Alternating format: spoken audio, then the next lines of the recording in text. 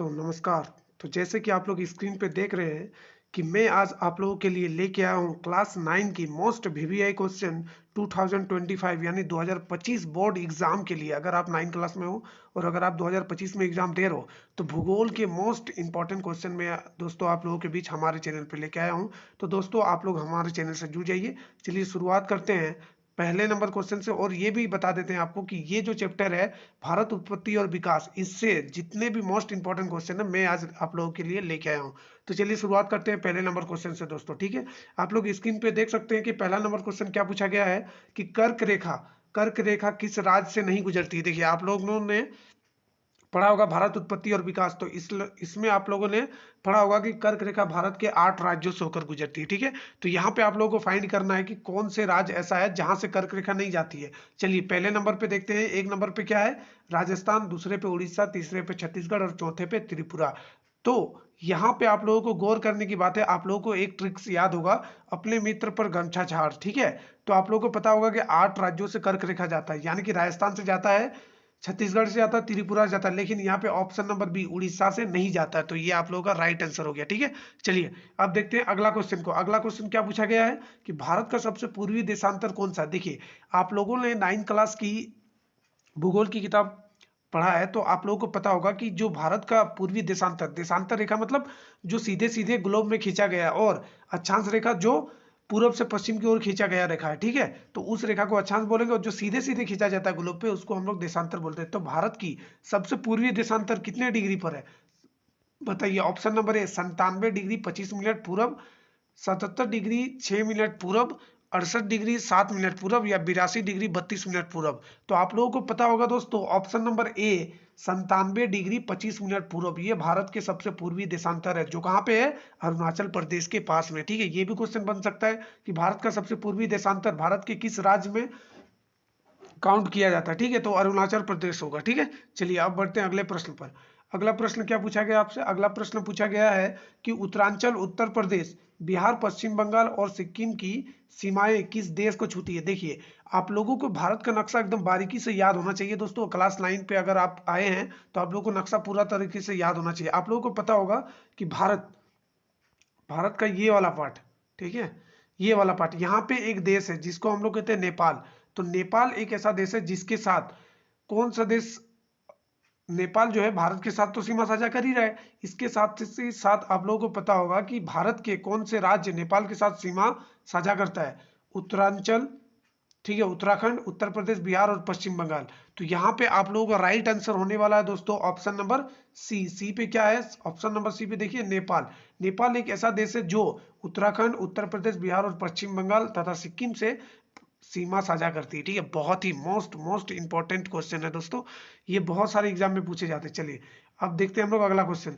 अगला क्वेश्चन क्या पूछा गया है कि ग्रीष्म अवकाश। देखिए आप लोगों ने पढ़ा है, ये क्लास 9 की JCERT बुक की हुबहू क्वेश्चन है। ठीक है, और बहुत इंपॉर्टेंट क्वेश्चन है दोस्तों। आप लोगों ने पढ़ा होगा कि ग्रीष्म अवकाश में आप यदि कांवरती जाना चाहते हैं तो किस केंद्र शासित प्रदेश में जाएगा। सबसे पहले आप लोगों को पता होना चाहिए कि कांवरती ये किस केंद्र शासित प्रदेश में है, बताइए। यहाँ पे पूछा गया वही, तो कांवरती पांडिचेरी, लक्षद्वीप, अंडमान निकोबार या दीव और दमन, बताइए। आप लोगों को पता होगा जब आप लोगों ने भारत के नक्शा को पढ़ा तो ये हम लोग प्रायद्वीप भारत कहते हैं। प्रायद्वीप भारत के इस साइड में बंगाल की खाड़ी, ठीक है, बंगाल की खाड़ी में जितने भी केंद्र शासित प्रदेश है, यानी कि जो छोटे छोटे टापूज हैं, तो उनको हम लोग कहते हैं अंडमान निकोबार। ठीक है, और इस साइड में जितने छोटे छोटे टापूज है इसको हम लोग क्या बोलते हैं? ये जो द्वीप है, ये सारे द्वीप को हम लोग बोलते हैं लक्षद्वीप। तो लक्षद्वीप में ही कांवरती है, तो आपका ऑप्शन यहाँ पे क्या हो जाएगा? ऑप्शन नंबर बी लक्षद्वीप हो जाएगा। ठीक है, चलिए अब बढ़ते हैं हम लोग अगले प्रश्न पर। अगला प्रश्न क्या पूछा है कि मेरे मित्र एक ऐसे देश के निवासी है जिस देश की सीमा भारत के साथ नहीं लगती है, आप बताएं वो कौन सा देश है, अथवा इनमें से किस देश की सीमा भारत के साथ नहीं लगती है। देखिए आप लोगों को पता होना चाहिए कि भारत के साथ कितने देशों की सीमा लगती है। तो भारत के साथ कितने देशों की सीमा लगती है? सबसे पहले हम लोग देखते हैं पाकिस्तान, ठीक है, अफगानिस्तान, अफगानिस्तान का भी लगता है लेकिन वो क्षेत्र पीओके में आ जाता है। ठीक है, अफगानिस्तान, उसके बाद आ जाता है आपका क्या? चाइना, चीन आ गया, उसके बाद आप लोगों का नेपाल आ गया, नेपाल के बाद आप लोगों का भूटान आ गया, भूटान के बाद म्यांमार आ गया, म्यांमार के बाद आप लोगों का बांग्लादेश आ गया, बांग्लादेश के बाद आप लोगों का एक जो नीचे लटका हुआ देश है यहाँ पे एकदम नीचे लटका हुआ श्रीलंका, श्रीलंका भी आ गया, ठीक है। और यहाँ पे मालदीव है, मालदीव भारत के ऐसे पड़ोसी देश है जिसकी सीमा भारत के साथ नहीं लगती है। ये लोग आप लोग, ये क्वेश्चन बहुत इंपॉर्टेंट है, आप लोग याद रखिएगा, ठीक है। चलिए, तो इसका राइट आंसर क्या होने वाला है? भूटान तो भारत के साथ सीमा साझा करता है, बांग्लादेश भी करता है, नेपाल भी करता है, तो इसका राइट आंसर हो जाएगा तजाकिस्तान, यानी कि ऑप्शन नंबर बी, ठीक है। ऑप्शन नंबर बी आप लोगों का राइट आंसर हो जाएगा, ठीक है। चलिए अब बढ़ते हैं हम लोग अगले प्रश्न पर। अगला प्रश्न क्या पूछा गया है कि भारत देश किस गोलार्ध में स्थित है? देखिए ये क्वेश्चन बहुत ही मोस्ट इंपॉर्टेंट क्वेश्चन है, आप लोगों को पता होना चाहिए कि हमारा धरती क्या है, अंडाकार में है, ठीक है। तो धरती के यानी कि जो पृथ्वी है, पृथ्वी के बीचों बीच से जाने वाली रेखा को हम लोग क्या कहते हैं? विषुवत रेखा। और विषुवत रेखा के उत्तरी भाग को हम लोग बोलते हैं क्या? उत्तरी गोलार्ध। और विषुवत रेखा के निचली भाग को हम लोग बोलते हैं दक्षिणी गोलार्ध, ठीक है। तो देखिए यहाँ पे आप लोग सबसे पहले देखिए दक्षिणी गोलार्ध में, दक्षिणी गोलार्ध, ठीक है। तो भारत कहाँ पे? भारत यहाँ पे है, ठीक है। आप लोगों को पता होना चाहिए भारत कहाँ पे है, यहाँ पे है, ठीक है। तो इस जगह में भारत है, तो भारत इस जगह में है, तो इसका मतलब क्या है कि हमारा देश भारत कौन सी गोलार्ध में है? उत्तरी गोलार्ध में। कौन सी गोलार्ध में? उत्तरी गोलार्ध में। ऑप्शन नंबर ए आपका राइट आंसर हो गया, ठीक है। चलिए अब देखते हैं हम लोग अगला प्रश्न। अगला प्रश्न क्या पूछा है कि भारत की मानक यामोत्तर कितनी डिग्री माना गया? देखिए भारत का यामोत्तर रेखा जो है ना, ये कितनी डिग्री माना गया है? 82 डिग्री 32 मिनट पश्चिम, 82 डिग्री 32 मिनट पूर्व, या 00 या इनमें से कोई नहीं। तो इसका राइट आंसर हो जाएगा आप लोगों का 82 डिग्री 32 मिनट पूर्व हो जाएगा। और एक चीज मोस्ट इंपॉर्टेंट क्वेश्चन है, इसमें पूछा जाता है कि भारत की यामोत्तर रेखा भारत के कितने राज्यों से होकर जा रही है, ठीक है। ये भी पूछा जाता है। या फिर एक जो मोस्ट इंपॉर्टेंट क्वेश्चन पूछा जाता है कि भारत के, आप लोगों ने पढ़ा होगा मिर्जापुर, तो भारत के उत्तर प्रदेश के मिर्जापुर से होकर ये जो लाइनें जाती है, ठीक है। तो आप लोगों को याद रखना क्या है कि ये जो मानक रेखा है ये कितने डिग्री पर है? 82 डिग्री 32 मिनट पर है, पूर्व पर है, ठीक है। चलिए अब बढ़ते हैं अगले प्रश्न पर। अगला प्रश्न क्या है कि भारतीय भूभाग का कुल क्षेत्रफल लगभग कितना है? देखिए आप लोगों ने पढ़ा होगा कि भारत के भूभाग का कुल क्षेत्रफल कितना है? 32 डिग्री 8 लाख वर्ग किलोमीटर, 30 लाख वर्ग किलोमीटर, या 35 लाख वर्ग किलोमीटर, या फिर इनमें से कोई नहीं। तो आप लोगों को पता होना चाहिए कि भारत का टोटल, यानी कि टोटल भूमि, जो कुल भूभाग है ना, वो कितना है? Option number A sorry 32 degree 32.8 lakh वर्ग किलोमीटर है, ठीक है दोस्तों। चलिए अब बढ़ते हैं हम लोग अगले प्रश्न पर। अगला प्रश्न क्या पूछा है कि कौन सा देश क्षेत्रफल में भारत से बड़ा नहीं है? देखिए आप लोगों को पता होना चाहिए कि भारत का टोटल कितना क्षेत्रफल है, ठीक है। तो भारत क्षेत्रफल की दृष्टि से कितने नंबर पे बताइए? भारत क्षेत्रफल के दृष्टि से 7वें नंबर पर है। कितने नंबर पे है? 7वें नंबर पर, ठीक है। लेकिन यहाँ पे क्वेश्चन क्या पूछा है कि भारत, इनमें से कौन सा देश है जो क्षेत्रफल में भारत से बड़ा नहीं है? देखिए ऑस्ट्रेलिया बड़ा है, ब्राजील भी बड़ा है, रसिया भी बड़ा है। रसिया तो दुनिया का सबसे बड़ा देश है क्षेत्रफल में, लेकिन श्रीलंका एक ऐसा देश है जो भारत से छोटा है, ठीक है। तो राइट आंसर हो जाएगा ऑप्शन नंबर सी, श्रीलंका। चलिए अब देख लेते हैं अगला प्रश्न को। अगला प्रश्न क्या पूछा कि कर्क रेखा किस भारतीय राज्य से होकर गुजरती है? आप लोगों को पता होना चाहिए अपने मित्र पर गमछा झाड़, इसमें से टोटल 8 राज्यों का नाम आ जाता है, ठीक है। तो चलिए देखते हैं इसका ऑप्शन। गुजरात से जाता है, मध्य प्रदेश से जाता है, राजस्थान से जाता है, उपयुक्त सभी, ठीक है। तो आप लोगों को पता होना चाहिए कि यहाँ पे राइट आंसर क्या होगा? गुजरात से भी जाता है कर्क रेखा, मध्य प्रदेश से भी जा रहा है आपका कर्क रेखा, उसके बाद राजस्थान से भी जा रहा है। तो आपका राइट आंसर क्या हो जाएगा? ऑप्शन नंबर डी, इनमें से सभी राज्यों से कर्क रेखा जाती है, ठीक है। चलिए ऑप्शन नंबर 11, नहीं sorry, question number 11। Question number 11 क्या पूछा है कि भारत का क्षेत्रफल विश्व के कुल भौगोलिक क्षेत्रफल का कितना प्रतिशत है? देखिए ये मोस्ट इंपॉर्टेंट क्वेश्चन है, ये बहुत सारे एग्जाम में पूछा जाता है। और अगर आप लोग 9 क्लास में हो तो आप लोग हमारे चैनल को सब्सक्राइब कर लीजिए, क्योंकि यहाँ पे आने वाला है मोस्ट इंपॉर्टेंट क्वेश्चन। और अगर दोस्तों आप लोग इस बार 2025 में 9 के एग्जाम दे रहे हो, 10 के एग्जाम दे रहे हो, या 8 के दे रहे हो, या 7 के दे रहे हो, या 6 के, या फिर 11 के, या फिर 12 के, तो हमारे चैनल से जुड़ जाइए, क्योंकि यहाँ पे most important VVI MCQ question कराया जाएगा, ठीक है। चलिए देख लेते हैं क्वेश्चन को।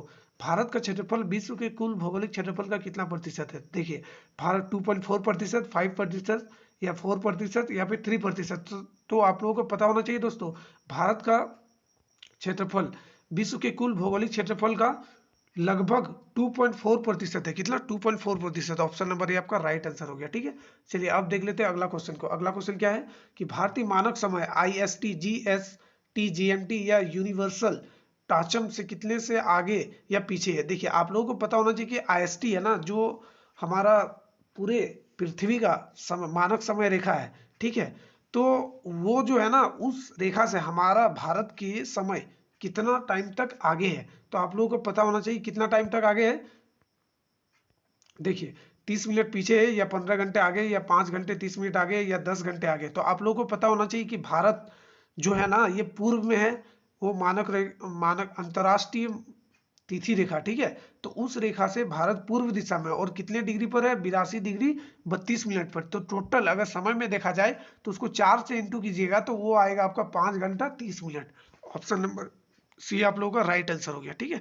चलिए अब देख लेते हैं अगला प्रश्न को। भारत में सबसे लंबी तटरेखा वाला राज्य कौन सा है। देखिए सबसे पहले आप लोगों को पता होना चाहिए कि तटरेखा किसको कहते हैं। तटरेखा मतलब ऐसे राज्य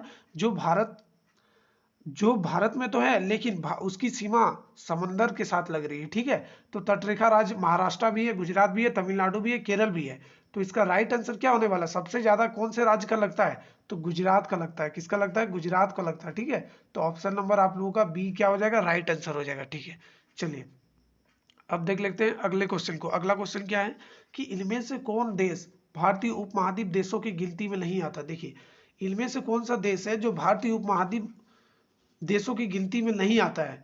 तो भारत, पाकिस्तान, बांग्लादेश, ठीक है। सॉरी यहाँ पे थोड़ा सा मिस्टेक हो गया, यहाँ पे बांग्लादेश होगा, ठीक है। यहाँ पे बांग्लादेश होगा, ठीक है। लेकिन इस क्वेश्चन का राइट आंसर क्या होगा, उस क्वेश्चन का राइट आंसर हो जाएगा ऑप्शन नंबर डी, चीन। चीन जो है भारतीय उपमहाद्वीप देशों की गिनती में नहीं आता। क्यों नहीं आता, क्योंकि चीन पहले से ही बना। आप लोगों को पता होगा क्लास 9 में आप लोगों ने पढ़ा होगा कि जो भारतीय प्लेट है ये यूरेशियन प्लेट पे धंसा हुआ है, ठीक है। भारतीय प्लेट पे भारत, पाकिस्तान, बांग्लादेश है, लेकिन चाइना जो है पहले से ही बना हुआ था और ये यूरेशियन प्लेट पे बना हुआ था, ठीक है। चलिए अब देखते हैं हम लोग अगले क्वेश्चन को। अगला क्वेश्चन क्या है कि वर्तमान स्थिति के अनुसार कौन सा कथन सही है। देखिए वर्तमान स्थिति के अनुसार कौन सा कथन सही है। ऑप्शन नंबर ए, भारत में 25 राज्य और केंद्र शासित क्षेत्र हैं। क्या ये सही है, नहीं है। भारत में 29 राज्य और 5 केंद्र शासित क्षेत्र है, ये भी गलत है। भारत में 29 राज्य और 7 केंद्र शासित क्षेत्र है, ये भी गलत है। 2019 के बाद चेंज हो गया। भारत में 28 राज्य और 8 केंद्र शासित क्षेत्र है, यानी कि ऑप्शन नंबर डी आप लोगों का राइट आंसर हो जाएगा, ठीक है। चलिए अब बढ़ते हैं हम लोग दोस्तों अगला प्रश्न पर। अगला प्रश्न क्या है कि भारत और श्रीलंका को अलग करने वाली जल संधि है। देखिए आप लोग जब भारत के मैप को देखिएगा ना तो नीचे में देखना श्रीलंका है। तो श्रीलंका के पास में भारत जल, पहले तो ये जान लीजिए जल संधि यानी कि दो वाटर बॉडी यानी कि दो जल क्षेत्र को आपस में जोड़ने वाली जो संधि है ना उसे ही जल संधि बोलेंगे। तो भारत कौन से जल संधि से श्रीलंका के साथ जुड़ा हुआ बताइए।